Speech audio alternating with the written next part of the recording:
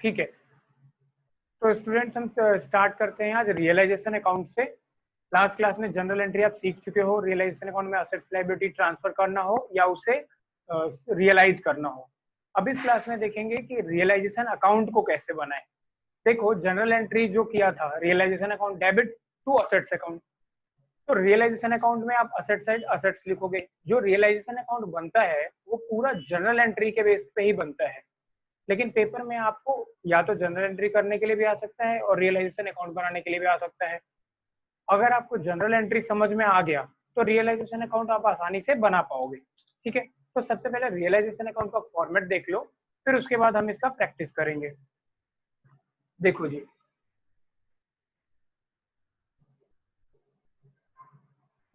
Format of, सब notebook निकाल लो, pen निकाल लो और लिखते जाना इसे।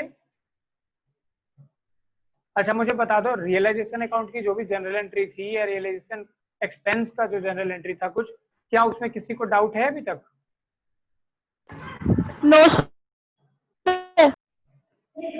सर। देखो जी, ये भी टी शेप में बनता है रियलाइजेशन अकाउंट, रियलाइजेशन अकाउंट। अब इसमें ना एज ऑन डेट या फॉर द ईयर ऐसा कुछ भी नहीं लिखते, क्योंकि ये कोई एक साल का नहीं होता है, ये वन टाइम बनता है। किसी भी ऑर्गेनाइजेशन के लाइफ में रियलाइजेशन अकाउंट वन टाइम बनता है।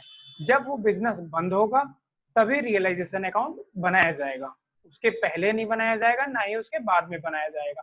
तो सिर्फ ये एक ही बार बनता है। ठीक है, तो रियलाइजेशन अकाउंट टी शेप में बनेगा दोस्तों।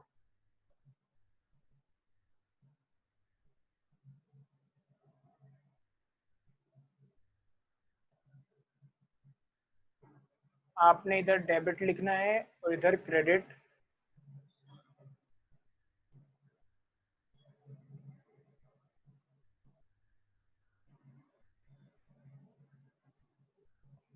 देखिए, सबसे पहली जनरल एंट्री क्या थी?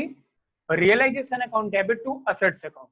क्योंकि असेट्स का बैलेंस डेबिट होता है, हमने उसे रियलाइजेशन अकाउंट में ट्रांसफर करना था, तो हमने क्रेडिट कर दिया था और रियलाइजेशन को डेबिट करा था। तो आप डेबिट साइड रियलाइजेशन में जो भी असेट्स होंगे उन सबको लिख दोगे।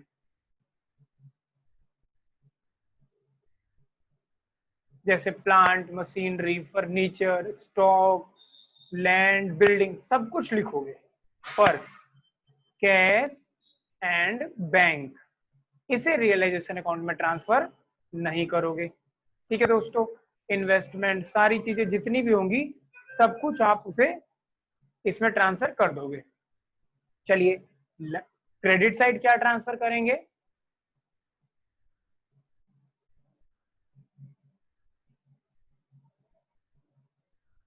लाइबिलिटी में क्या आता है? क्रेडिटर्स हो गया, बैंक लोन हो गया, सब आपने ट्रांसफर करना है। पर एक लाइबिलिटी भी ट्रांसफर नहीं करनी है, और वो क्या है? Partners loan. लेकिन पार्टनर्स लोन तो ट्रांसफर नहीं करोगे, पर अगर पार्टनर्स के वाइफ का लोन होगा तो उसे ट्रांसफर करोगे, बिकॉज वो हमारी थर्ड पार्टी की लाइबिलिटी है। तो यहाँ पे आपने सारे असेट्स लिख दिए, यहाँ पे सारे आपने लाइबिलिटी लिख दिया। अब असेट्स को रियलाइज करेंगे तो दो केसेस आएंगे। एक क्या, वो हम उसे बाहर बेचेंगे, तो बाई बैंक अकाउंट। ये किस लिए है? Assets sold. कभी कभी क्या होगा, कुछ असेट्स पार्टनर्स लेके चले जाएंगे, तो हमारे पास पैसा तो आएगा नहीं। उस केस में हम पार्टनर्स के कैपिटल को डेबिट करेंगे, partners capital account. assets taken by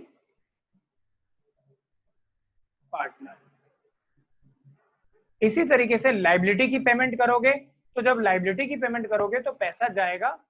ठीक है, तो क्या होगा? पैसा क्रेडिट हुआ टू बैंक अकाउंट और रियलाइजेशन अकाउंट डेबिट हो जाएगा। तो इस तरफ लिखोगे to bank account, liability paid. अगर कोई पार्टनर लाइबिलिटी की पेमेंट कर रहा है तो हम उसके कैपिटल को क्रेडिट कर देंगे और रियलाइजेशन अकाउंट को डेबिट करेंगे। पार्टनर कैपिटल अकाउंट, लायबिलिटी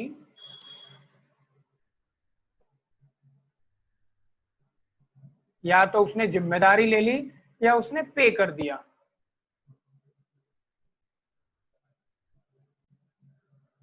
इसके अलावा आपको रियलाइजेशन का खर्चा करना पड़ता है, उसकी जनरल एंट्री होती है realisation account debit to bank या कैश अकाउंट। तो रियलाइजेशन डेबिट हो जाएगा टू बैंक अकाउंट। ये क्या है?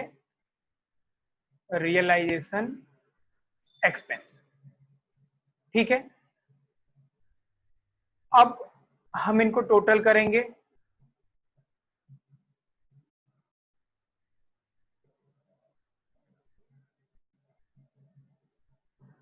ध्यान से देखिए दोस्तों, अगर क्रेडिट साइड ज्यादा आ गया, मतलब ज्यादा पैसों में बिका, पार्टनर्स ने ज्यादा पैसों में एसेट्स को टेक ओवर करा, तो क्रेडिट ज्यादा आएगा। तो जो क्रेडिट अगर दिखा कि आपको ज्यादा है तो उसे जोड़ के आपने लिखा, राइट साइड भी वही लिख दोगे। और क्रेडिट ज्यादा है इसका मतलब प्रॉफिट है, तो आप इधर लिखोगे टू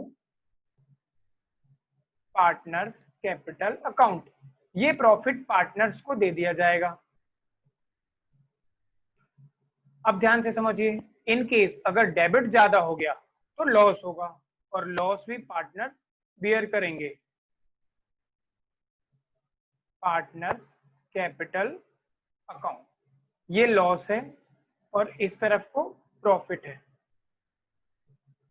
किसी भी केस में या तो लॉस होगा या तो प्रॉफिट होगा। अब पार्टनर है ए बी सी, तो आप तीनों को उनके रेशियो में बांट दोगे। अब सुनो, रिजोल्यूशन के समय में एक ना आपको बड़ा रिलैक्स सा फील होगा, क्योंकि यहाँ पे change in profit sharing ratio का कोई कॉन्सेप्ट नहीं होगा, ना गेनिंग रेशियो होगा, ना सैक्रिफाइसिंग रेशियो होगा, कुछ भी नहीं होगा।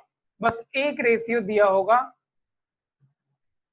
चाहे 1:1:1 या जो भी हो, आपने उसमें इनके प्रॉफिट या लॉस को बांट देना है। तो रियलाइजेशन अकाउंट या मैं बात करूं डिसोल्यूशन ऑफ पार्टनरशिप फॉर्म की, तो यहाँ पे आप रिलैक्स हो जाते हो रेशियो को लेके कि हमें गेनिंग रेशियो निकालना, सैक्रिफाइसिंग रेशियो निकालना, इन सब चीजों की जरूरत नहीं पड़ती है।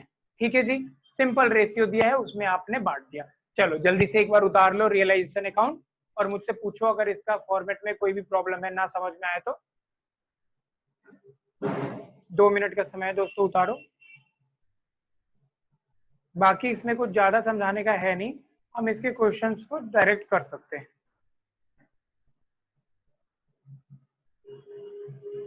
उतार लीजिए जल्दी से। Done sir. ठीक है, यस सर, हो गया।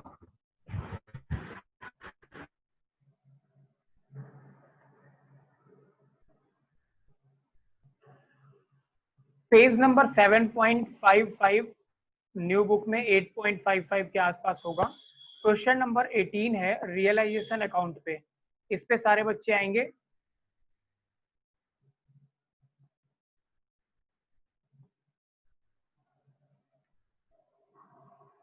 रमेश एंड उमेश का क्वेश्चन है, अनीस देख लो जरा।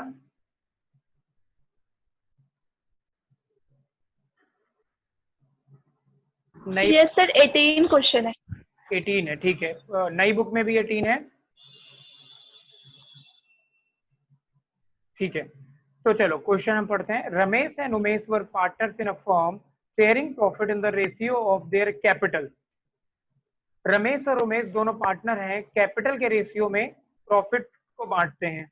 On 31 March 2013 there balance sheet was as follows. Balance sheet इनका दिया हुआ है, क्रेडिटर्स 1,70,000 रुपए, वर्कमैन कंपनसेशन फंड 2,10,000 रुपए, जनरल रिजर्व 2 लाख रुपए, रमेश करंट अकाउंट 80,000 रुपए और कैपिटल अकाउंट है रमेश का 7 लाख रुपए और उमेश का 3 लाख रुपए। इसका मतलब जो इनका रेशियो हो गया दोस्तों वो 7:3 में हो गया।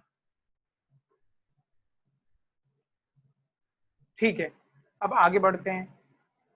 असेट साइड में बैंक है 1,10,000 रुपए, डेटर्स है 2,40,000 रुपए, स्टॉक है 1,30,000 रुपए, फर्नीचर है 2 लाख, मशीनरी 9,30,000 रुपए, उमेश का करंट अकाउंट 50,000, उमेश के करंट अकाउंट का डेबिट बैलेंस है, ठीक है। टोटल बैलेंस शीट का है 16,60,000 रुपए। On the above date the firm was dissolve, ठीक है, इसी दिन फर्म डिसॉल्व हो गया। Ramesh took over 50% of stock at 10,000, stock जितना भी है उसका आधा हिस्सा रमेश ने 10,000 less than the book value में ले लिया। अब देखिए स्टॉक है 1,30,000 रुपए का, 1,30,000 का स्टॉक है, इसका 50% निकालेंगे और उसमें से 10,000 माइनस करके हम रमेश को दे देंगे, इसका मतलब रमेश के कैपिटल को डेबिट कर देंगे। आगे बढ़ते हैं। Furniture was taken over by Umesh, ठीक है, for 50,000 and machinery was sold for 4,40,000। Furniture Umesh ने ले लिया 50,000 रुपए में और मशीनरी को बेच दिया बच्चों 4,50,000 रुपए में। Creditors were paid in full, creditors को पूरा पेमेंट कर दिया। There was an unrecorded bill for repair for 1,60,000 rupees which was settled at 1,40,000। एक अनरिकॉर्डेड बिल था रिपेयर का, मीन्स सेटल्ड करा है हमने, इसका मतलब पे किया है, इसका मतलब बिल्स पेबल होगा। तो बिल्स पेबल 1,60,000 का था जिसके बदले में हमने 1,40,000 दे दिया, तो बैंक चला जाएगा, रियलाइजेशन डेबिट हो जाएगा। अब देखते हैं करना क्या है हमें इसमें। प्रिपेयर रियलाइजेशन अकाउंट, बहुत ही सिंपल क्वेश्चन है, तो हम यहाँ पे लिखेंगे क्वेश्चन नंबर 18, हेडिंग देंगे रियलाइजेशन अकाउंट।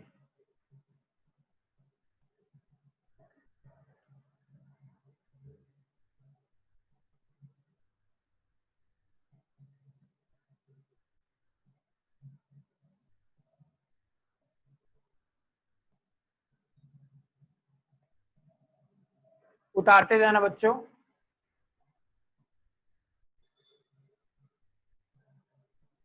सबसे पहले असेट्स ट्रांसफर करते हैं, देखते हैं बैलेंस शीट में। देखो स्टेप समझो, रियलाइजेशन अकाउंट का फॉर्मेट ड्रॉ करो, आपको क्वेश्चन से पता चल जाएगा कि कितना लंबा रियलाइजेशन अकाउंट होना है, ठीक है। ये छोटा सा क्वेश्चन है तो ये छोटे से फॉर्मेट में आ जाएगा। सबसे पहले जो पहला स्टेप है वो बैलेंस शीट से स्टार्ट करो। बैलेंस शीट में जो भी असेट्स हैं और आउटसाइड लाइबिलिटीज हैं उनको ट्रांसफर कर दो रियलाइजेशन में, ठीक है। चलिए हम ट्रांसफर करते हैं कैश और बैंक को छोड़ के असेट्स में से। तो सबसे पहले बैंक है, इसे तो ट्रांसफर नहीं करेंगे। फिर है दोस्तों डेटर्स, तो हम लिखेंगे टू डेटर्स, और डेटर्स कितना है 1,10,000। उसके बाद है स्टॉक, डेटर्स नहीं, ये जो बैंक था, डेटर्स है 2,40,000, डेटर्स है 2,40,000 रुपए। दूसरा है टू स्टॉक, आपने क्या करा, to debtors account to stock account. Stock देखिए कितना है 1,30,000 रुपए। इससे अगला पॉइंट है फर्नीचर 2,00,000 रुपए, तो टू फर्नीचर 2,00,000 रुपए। आगे बढ़ते हैं, मशीनरी है 9,30,000 रुपए का, 9,30,000।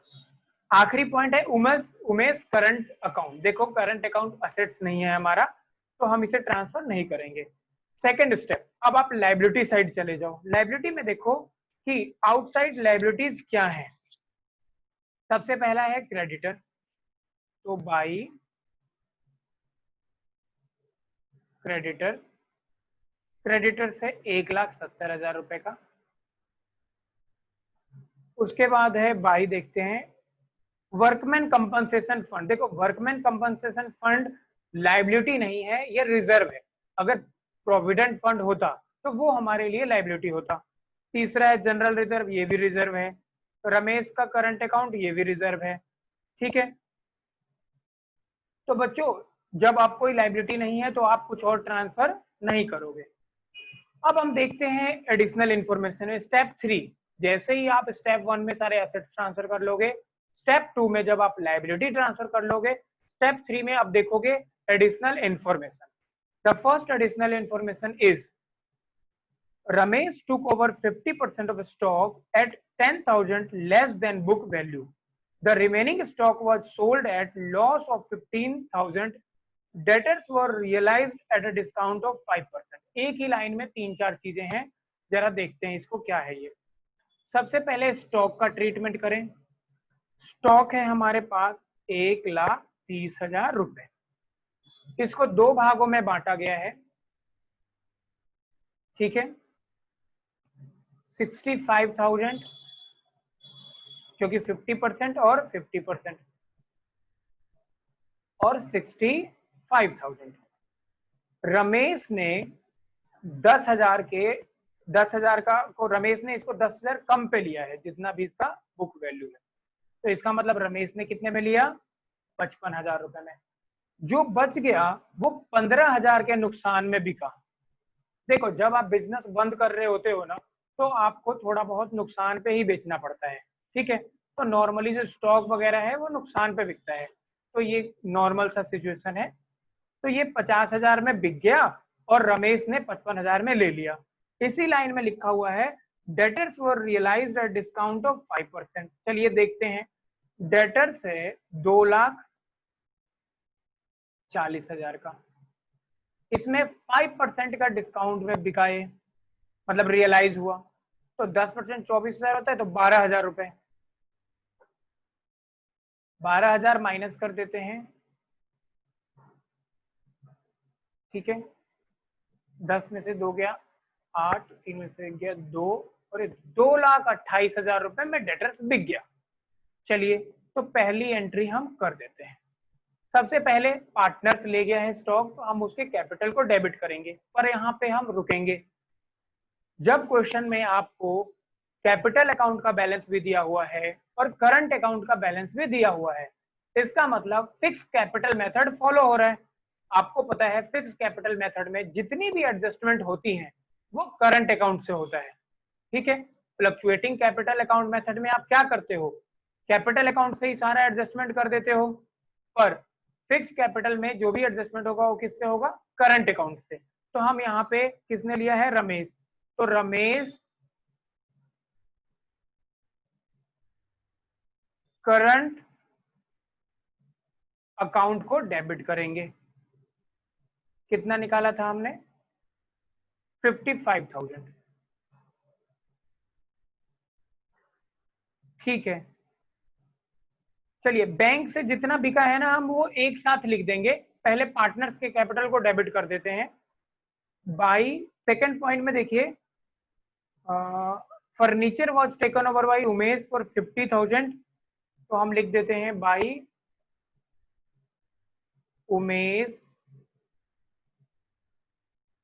Current account 50,000। और किसी पार्टनर ने कुछ लिया है? और किसी पार्टनर ने नहीं लिया है, तो बाई बैंक अकाउंट लिखते हैं। अब बाई बैंक अकाउंट देखते हैं क्या क्या बिका। सबसे पहले डेटर्स। डेटर्स हमने कितना निकाला था? 2,28,000, और 50,000 का स्टॉक भी था। 2,28,000। स्टॉक कितने का बिका? 50,000। आगे देखते हैं। मशीनरी 4.5 लाख में बिका है। मशीनरी 4.5 लाख रुपए में बिका है। और कुछ बिका है? और कुछ नहीं बिका है। बैलेंस शीट में था डेटर, स्टॉक, फर्नीचर और मशीनरी। फर्नीचर था तो वैसे 2 लाख का, ठीक है, पर उमेश ने 50,000 में ले लिया, बहुत बड़ा नुकसान हो गया एक। चलो इसको टोटल कर लेंगे हम, ठीक है।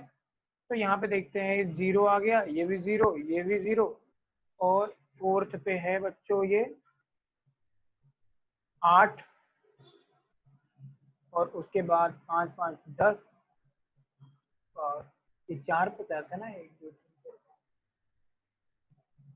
50,000, तो 4 5 लाख 5 7 7,28,000 रुपए आ गए आपके।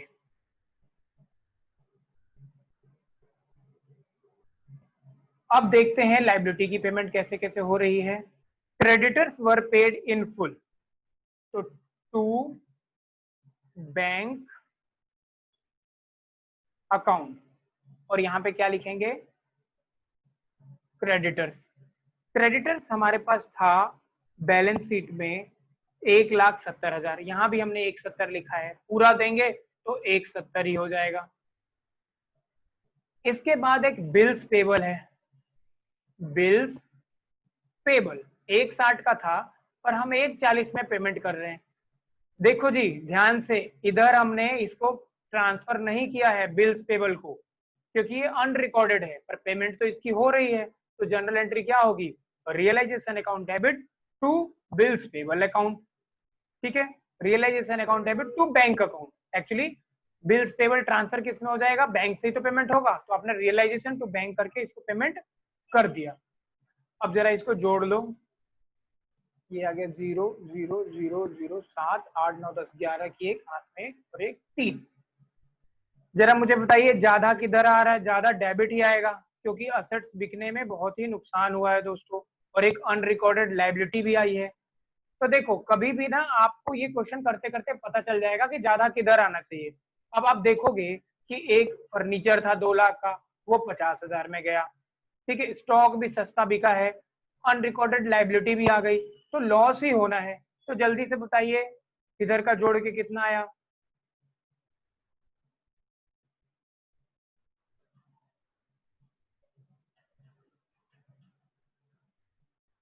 लॉस ही आएगा।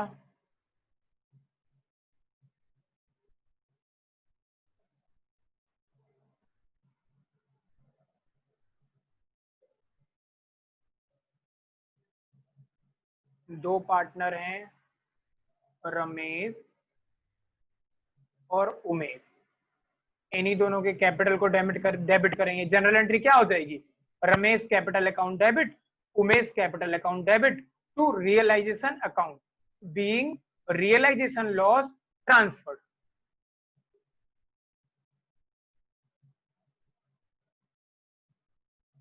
18,10,000 रुपए, 18,10,000 रुपए, 18,10,000 रुपए। बताइए लॉस कितना आया,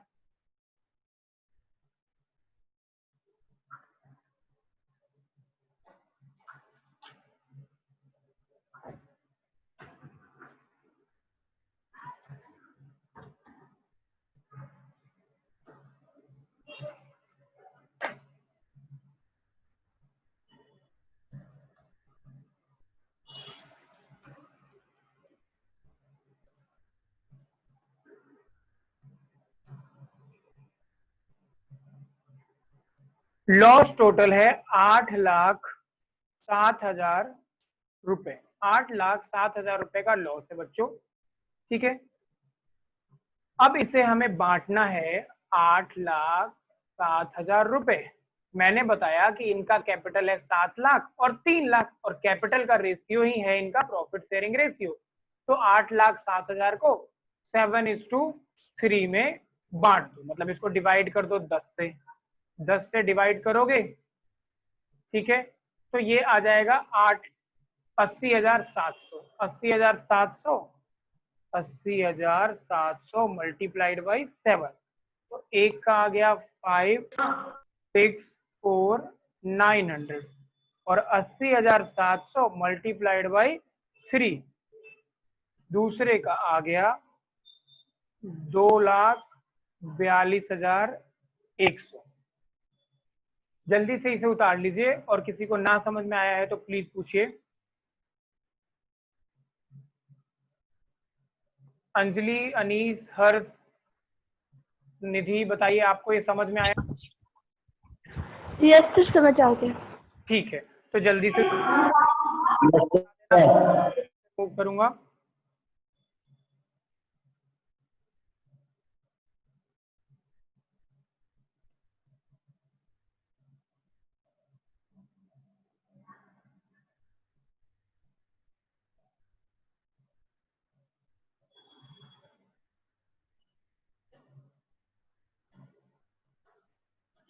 उतार लिया।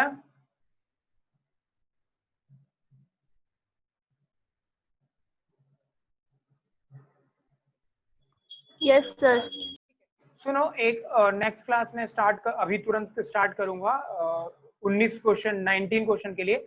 उससे पहले ना एक 5 मिनट का छोटा सा टेस्ट है, बड़ा ही सिंपल सा, ये थोड़ा सा दे दो। देखो ये टेस्ट क्या है मैं बताता हूँ। इसमें मैं क्वेश्चन नहीं दूंगा और आपको आंसर नहीं करना होगा, मैं आपको आंसर दूंगा, इसके लिए ना आपको क्वेश्चन बनाना होगा। समझिए, 5 नंबर का टेस्ट है ये। मैं आपको क्वेश्चन दूंगा, इसका मैं आपको आंसर बताऊंगा, आपको इसका क्वेश्चन बनाना होगा। ठीक है, तो जल्दी से अपना रेडी हो जाइए और लिखिए। मैं क्वेश्चन आपको बताता हूँ, आंसर बताता हूँ मतलब।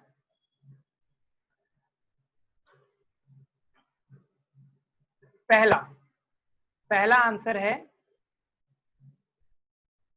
अब सुनिए, इसका आंसर इसका जो क्वेश्चन होगा, आंसर जो है उसका क्वेश्चन है, उसका क्वेश्चन ना एक ही नहीं 2 क्वेश्चन भी बन सकता है। जैसे मैं एक एग्जांपल बताता हूँ, जैसे हमने लायबिलिटी की पेमेंट करी, समझिए, तो हम क्या है एंट्री करेंगे, realisation account debit to bank account.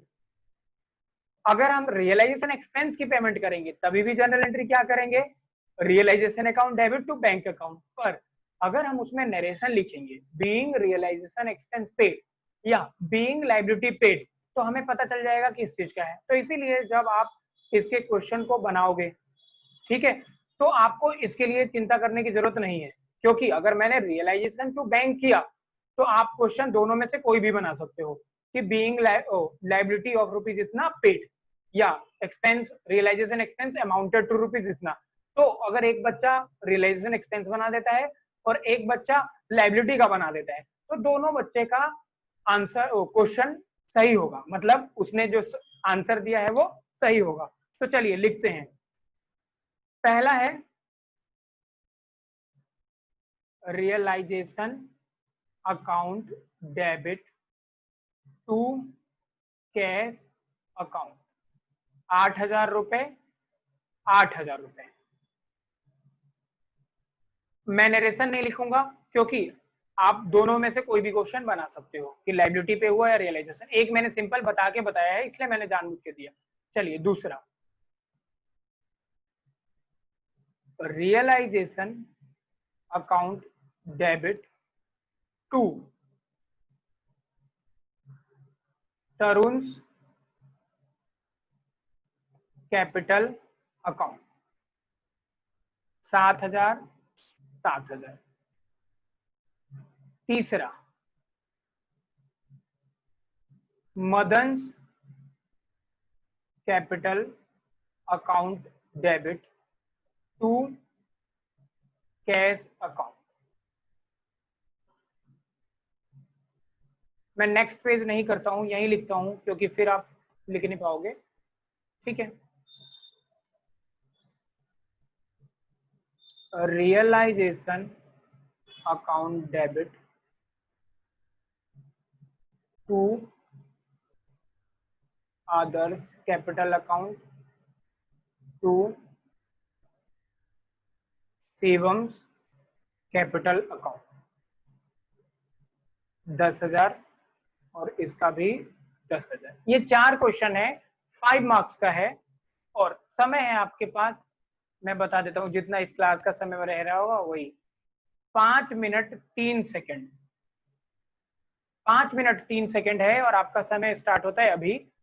आपने ये क्वेश्चन, आपके लिए ये क्वेश्चन है और आपको इसका आंसर बनाना है और आंसर इसका क्या होगा, क्वेश्चन।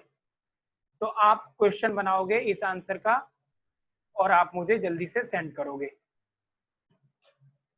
टाइम स्टार्ट हो गया आपका। अब टाइम रह रहा है 4 मिनट 33 सेकंड।